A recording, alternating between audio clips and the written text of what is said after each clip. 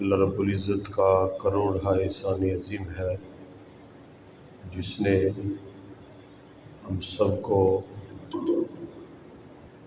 اپنے گھر بیٹھ کر قرآن و سنت کے مسائل سیکھنے اور جاننے کی توفیق عطا کی۔ اللہ تعالیٰ یہ لمحات ہم سب کے لیے ذریعہ نجات بنا دے۔ گرامی قدر حضرات، اس سے پہلے ہم نے مختلف موضوعات پہ بات کی۔ آج ہماری گفتگو کا تعلق ہماری معاشرتی سرگرمی کے اعتبار سے ایک ایسے عمل پر ہوگا جس کو اپنانے سے انسان کو بہت سی روحانی اور ظاہری برکات نصیب ہوتی ہیں، اور انسان کی زندگی کا ایک ایک پہلو انسان کو تسکین بھی مہیا کرتا ہے اور اس سے باطنی لذتیں بھی انسان کے لیے خوبصورت مواقع عطا کرتی ہیں۔ ہماری آج کی گفتگو کا موضوع سخن یہ ہوگا کہ رزق حلال کے فوائد کیا ہیں، اس کے بینیفٹس کیا ہیں، انسان کس طرح رزق حلال سے اللہ رب العزت کی رضا خوشنودی حاصل کر سکتا ہے، اور کس طرح رزق حلال اس کی زندگی کا سکون اور چین بنتا ہے، اور اس کی اولاد سے اس کو کس طرح راحتیں نصیب ہوتی ہیں۔ اللہ تعالیٰ نے انسان کو بالخصوص مسلمان کو رزق حلال و حرام میں تمیز کرنے کا حکم دیا، اور رزق حلال کمانا اور رزق حرام سے بچنا اتنا ہی ضروری ہے جتنا نماز، روزہ، دیگر فرائض پر عمل پیرا ہونا ہے۔ اور ہمارے ذہنوں میں یہ تصور مضبوط ہونا چاہیے جیسے ہم عبادت کے اہتمام میں، نماز روزہ کے اہتمام میں بڑی مضبوطی کے ساتھ اہتمام کرتے ہیں، ایسے ہی ہمیں رزق حلال کے لیے تگ و دو کرنا چاہیے اور اہتمام کرنا چاہیے۔ مرور زمانہ میں جیسے جیسے مادیت اور میٹیریلزم ہمارے ذہنوں میں بستا جا رہا ہے، شریعت مطہرہ سے بڑھ کر اپنی عقل پر زیادہ اعتماد کیے جا رہا ہے۔ مسلم سوسائٹی کے نوجوان اس مقام پر حلال و حرام کی تمیز کرنے کی بجائے اپنی معاشرتی ضروریات کی وجہ سے بہت سا ایسا عمل کر لیتے ہیں، ایسا پیسہ کماتے ہیں کہ جو کہ حلال نہیں۔ اب انسان کی زندگی کا مقصد صرف دولت کمانا تو نہیں ہے۔ اللہ تعالیٰ ارشاد فرماتا ہے، قل متاع الدنیا قلیل، پیارے محبوب ان لوگوں کو کہہ دیجئے دنیا کا ساز و سامان تھوڑا سا ہے، یعنی دنیا کی زندگی کے اندر جو بھی نعمتیں وغیرہ یہ تو تھوڑی ہیں، قلیل ہیں۔ انسان اگر اس دنیا کی قلیل پر انحصار کرے اور اللہ کی بہت سی کثرتوں کو چھوڑ دے تو یہ کہاں کی عقل مندی ہے۔ اللہ رب العزت نے انبیاء کرام کو اور ان کی مقدس جماعت کو قرآن مجید میں ارشاد فرمایا، اور یہ اللہ تعالیٰ کا نبیوں کو حکم ہے، جس سے مقصد ان کی امتوں کو بھی یہ مقصد ہے، اللہ تعالیٰ نے حکم دیا۔ پروردگار سورہ مومنون کی آیت نمبر 51 میں ارشاد فرماتا ہے، یا ایھا الرسل، اے رسولو، کلوا من الطیبات واعملوا صالحا، پاک چیزوں میں سے کھاؤ اور نیک اعمال کرو۔ اس کے اندر انبیاء کرام کو حکم ہے اور ان کے توسل سے ان کی امتوں کو حکم ہے۔ اللہ تعالیٰ نے ہر نبی و رسول کے ساتھ اس کے زمانے میں یہ خطاب کیا، یعنی کچھ ایسی کامن تعلیمات ہیں، مشترکہ تعلیمات ہیں، جو پہلی امتوں کے لیے بھی رہی اور آج ہمارے لیے بھی ہے۔ اس مشترکہ تعلیمات میں یہ حکم اللہ نے ہر نبی و رسول کو دیا ہے، ہر نبی و رسول۔ کیا؟ کلوا من الطیبات، پاکیزہ چیزیں کھاؤ، واعملوا صالحا، اور نیک اعمال کرو۔ مقصد اس کا یہ ہے کہ سننے والا یہ جان لے کہ تمام انبیاء و رسول کو یہ حکم دیا گیا اور ان کو وصیت کی گئی، ان کی امتوں پر بھی لازم ہے اسی عمل کو اپنائیں، رزق حلال و طیب کھائیں اور حرام اور ناپاک چیزوں سے پرہیز کر کے پھر اعمال صالحات کی طرف بڑھیں۔ حضرت شداد بن اوس کی بہن حضرت ام عبداللہ نے ایک دن آقا علیہ الصلوۃ والسلام کی خدمت میں افطاری کے وقت دودھ کا ایک پیالہ بھیجا۔ آپ روزے سے بھی تھے اور سخت گرمی کا موسم بھی تھا۔ آپ نے دودھ قاصد کو دے کر واپس بھیج دیا، کہا کہ جاؤ پوچھ کے آؤ کہ یہ دودھ تمہیں کہاں سے ملا ہے۔ حضرت ام عبداللہ رضی اللہ تعالیٰ عنہ نے جواب دیا کہ یہ دودھ میں نے بکری سے حاصل کیا، میری بکری سے حاصل ہوا۔ پھر قاصد آپ کی خدمت میں حاضر ہوا تو آپ نے قاصد کو دوبارہ بھیجا کہ پوچھ کے آؤ یہ بکری تمہیں کہاں سے ملی ہے۔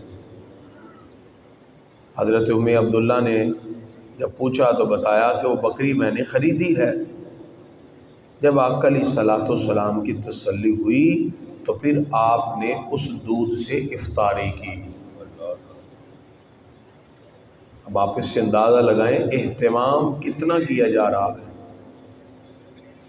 اور پھر حضرت ام عبداللہ آپ کی خدمت میں حاضر ہوئی اور عرض کہ یا رسول اللہ صلی اللہ علیہ وسلم، گرمی کے اس سخت موسم میں نے بکری کا دودھ نکالا اور آپ کی خدمت میں بھیجا، آپ نے واپس کر دیا اور یہ سوالات کیے۔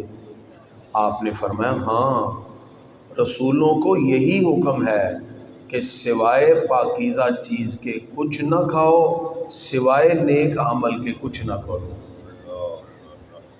اصل میں یہ امت کے لیے پیغام تھا۔ آقا علیہ الصلوۃ والسلام کی زندگی کا ایک ایک عمل ہمارے لیے بہترین نمونہ ہے۔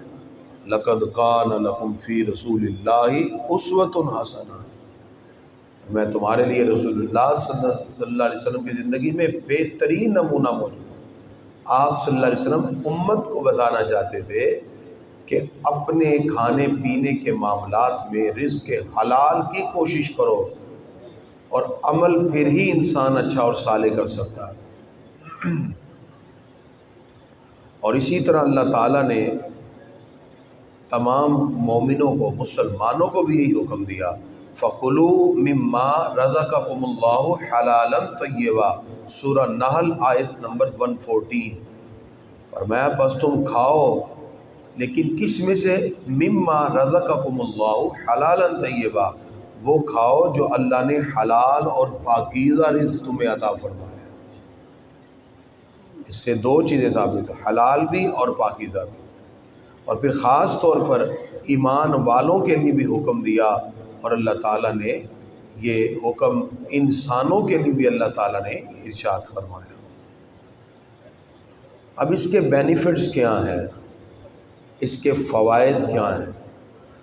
اگر ہم رزق حلال کے بینیفٹس دیکھیں، جو چاہتا ہے کہ اس کو اپنی اولاد سے خیر ملے، تو اپنی اولاد کے منہ میں حلال رقمہ ہی ڈالے، خیر ہی خیر ملے گی۔ لمبی چوڑی بات ہی نہیں، ایک جملے کی بات میں نے بتا دی۔ خیر کے پہلو اولاد میں پیدا ہی تب ہوتے ہیں جب آپ کو رزق حلال کھلاتے ہیں۔ علامہ اقبال کی والدہ، تو انہوں نے دیکھا کہ ان کے شوہر کام کرتے ہیں، منشی ٹائپ تھے، تو ان کو وہاں پیسے کا کبھی ہیر پھیر ہو بھی جاتا ہے، تو انہوں نے کہا میں اپنے بیٹے کے منہ میں لقمہ بھی وہ ڈالوں گا جو حلال ہو۔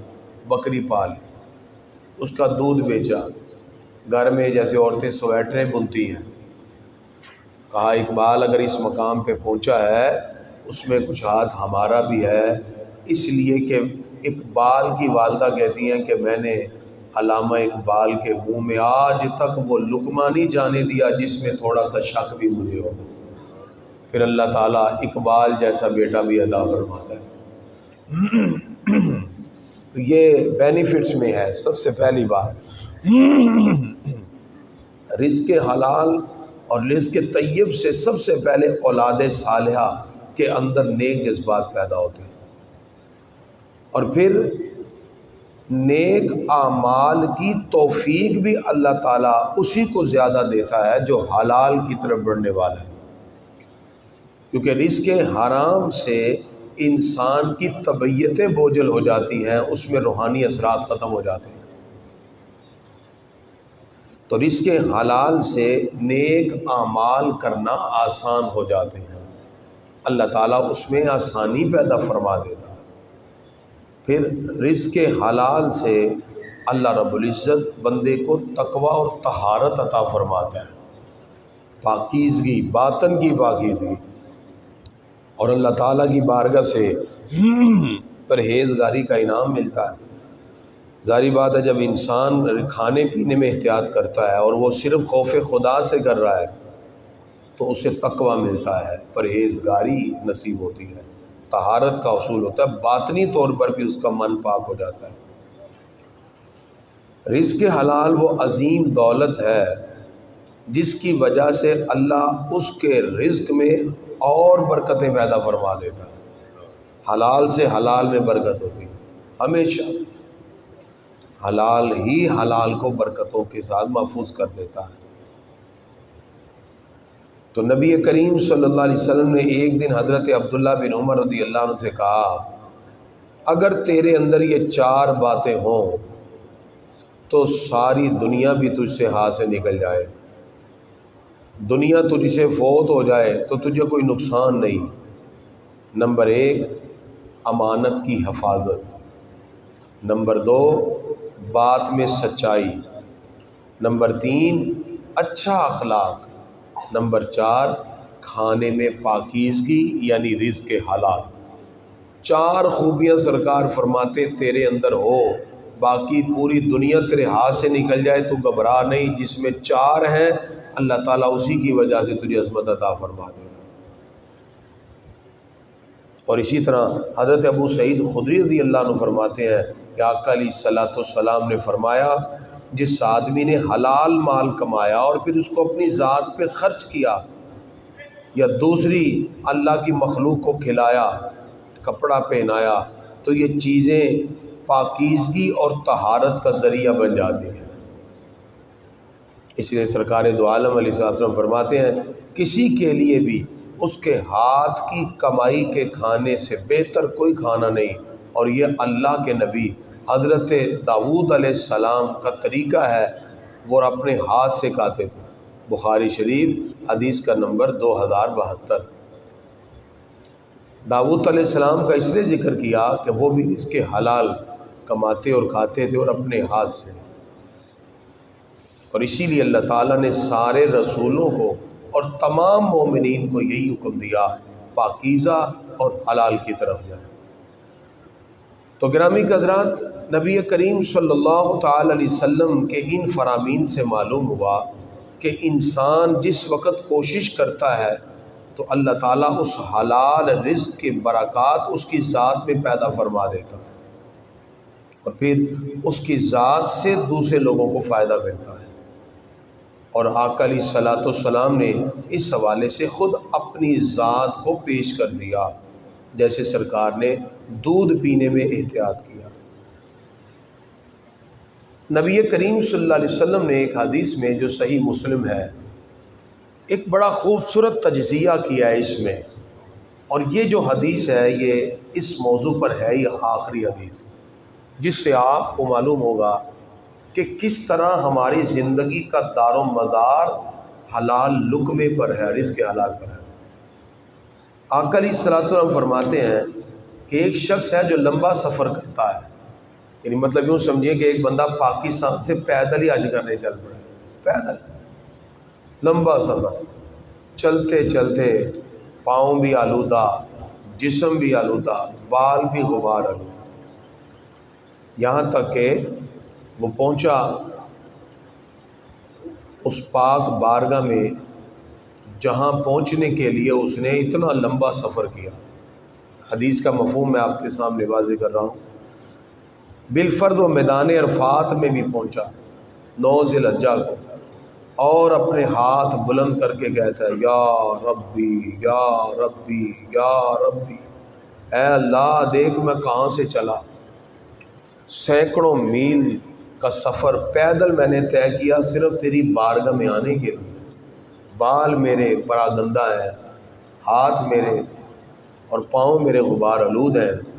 آقا علیہ الصلوۃ والسلام اس کی یہ سفر کی حالت بیان کر کے فرماتے ہیں وَمَطْعَمُهُ حَرَامٌ، اس کا کھانا حرام ہے، وَمَشْرَبُهُ حَرَامٌ، اس کا پینا حرام ہے، وَغُذِيَ بِالْحَرَامِ، اس کی پرورش حرام سے، وَمَلْبَسُهُ حَرَامٌ، اس کا لباس حرام سے، وَغُذِيَ بِالْحَرَامِ، اس کی پرورش حرام سے ہوئی، فَأَنَّى يُسْتَجَابُ لِذَلِكَ، اللہ پھر اس کی دعا کیسے قبول فرما لے۔ ایک طرف اس بندے کا سفر دیکھیں، اس کی اللہ کی بارگاہ میں پہنچنے کی تڑپ دیکھیں، سرکار فرماتے ہیں اگر اس کا رزق حلال نہیں فَأَنَّى يُسْتَجَابُ لِذَلِكَ، اللہ اس کی دعا کیوں قبول فرمائے گا۔ اس سے پتہ چلا کہ انسان کے رزق حلال سے، رزق طیب سے برکات ہے، اور اسی سے پھر معاشرے کے اندر اصلاح پیدا ہوتی ہے۔ انسان ایک لقمہ کھاتا ہے حرام کا، پھر اس میں بڑھتا ہے یہاں تک کہ وہ معاشرے کا موذی فرد بن جاتا ہے، اور پھر وہ حلال و حرام کی اگر تمیز نہ کرے تو پھر اس کے اندر نہ احساس رہتا ہے، نہ غربت کے حوالے سے کسی کے بارے میں کوئی اس کے دل میں پاکیزہ جذبات ہوتے ہیں۔ تو اللہ تعالیٰ ہم سب کو رزق حلال کھانے، اس کے لیے ہی تگ و دو کرنے، کیونکہ ہماری ساری محنت کا اگر کوئی نتیجہ ملتا ہے، رزلٹ مرتب ہوتا ہے، تو وہ رزق حلال پہ ہے۔ اللہ تعالیٰ ہم سب کو